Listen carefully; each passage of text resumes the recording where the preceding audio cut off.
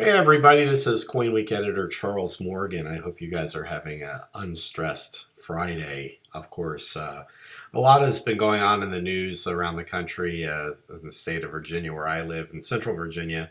The county and some of the neighboring counties have closed schools for a few weeks. I think this is going to be an ongoing trend around the country as the state, local, and federal authorities try to slow down the spread of the coronavirus, which is, of course, a major concern, especially for people who have illnesses already or underlying conditions, something you don't want to get. So as that's going on, we're seeing sort of a trickle of news that impacts the numismatic community. And I just wanted to sort of go over two things that have come through the desk and I'll let you know how Coin Week is going to be approaching this issue. Of course, I work from my home office typically when I'm not on the road or in Florida, and as such, I don't really have a need not to be at work and not to be covering the coin market, writing about coins, doing videos, and whatnot. So we will not see an interruption at Coin Week as far as the type of content we create, and of course, my children will be home, and that would be the only difference. As far as the Whitman Expo, which was scheduled for, I guess, later in the month, that has been canceled. It was scheduled for March 19th to March 21st. Of course, this is a major coin show, and there's a major auction attached to it. Maryland Governor Larry Hogan and the Baltimore Convention Center suspended operations and activities. This way, people can't communicate the virus to one another. Many coin collectors and coin dealers who attend the show tend to be in an older demographic and are probably more at risk. And I think this is a good idea, even though it does impact our business.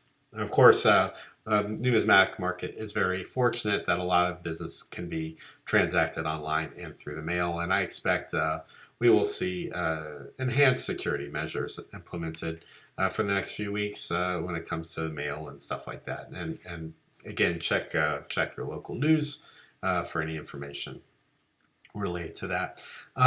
Stack's Bowers Galleries was going to have a major auction. The Pogue, D. Brent Pogue, passed away unfortunately last year.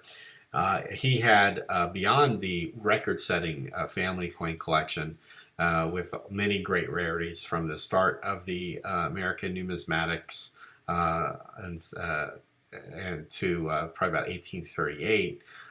He also had a collection, a typeset collection from the Foxfire collection that he assembled in part with help with coin dealer Richard Burdick and others over the course of the years. He also had a very elaborate paper money collection with some many rarities. Stack's Bowers got this consignment again after Pogue's passing and had scheduled these sales for the Baltimore show. Now, they will not take place in Baltimore, unfortunately, due to the closure, but the auction will relocate to its California offices.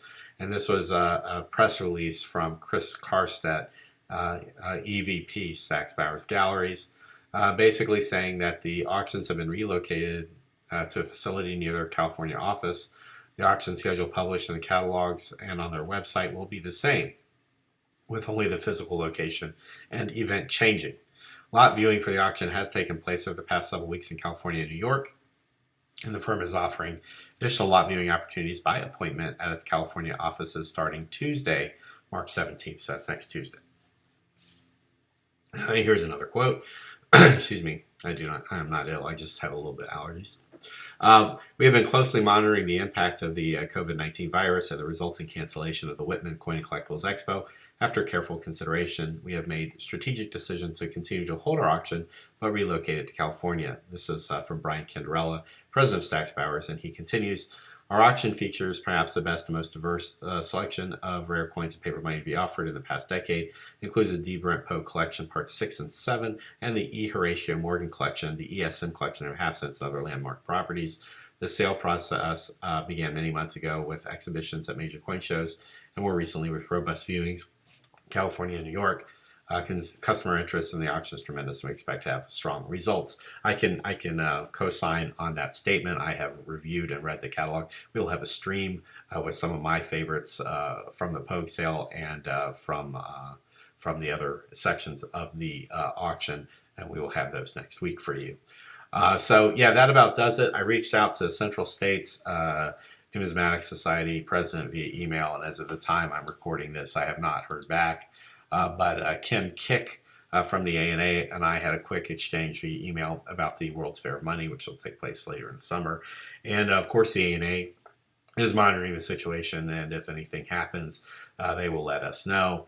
I'm not going to make a bold prediction about where I think things will be by the time we get to the end of the summer, but I think we'll probably know probably by June or July if something's going to happen with the ANA. Of course, this has a major impact on the numismatic marketplace, but like I said, we are insulated somewhat that a lot of our business is conducted online now. And coin shows and conventions are a great social aspect of our hobby, but they are not where the bulk of the business is being conducted. So we will continue to monitor the situation. I would say, if you are off from work, it's a good time to take your mind off of things, enjoy your coins, read some books, and be with your family. So for Coin Week, I'm editor Charles Morgan. I hope you guys have a great weekend. And don't worry too much about all of this. Just take proper preventative measures and protect yourself. I will see you guys next week.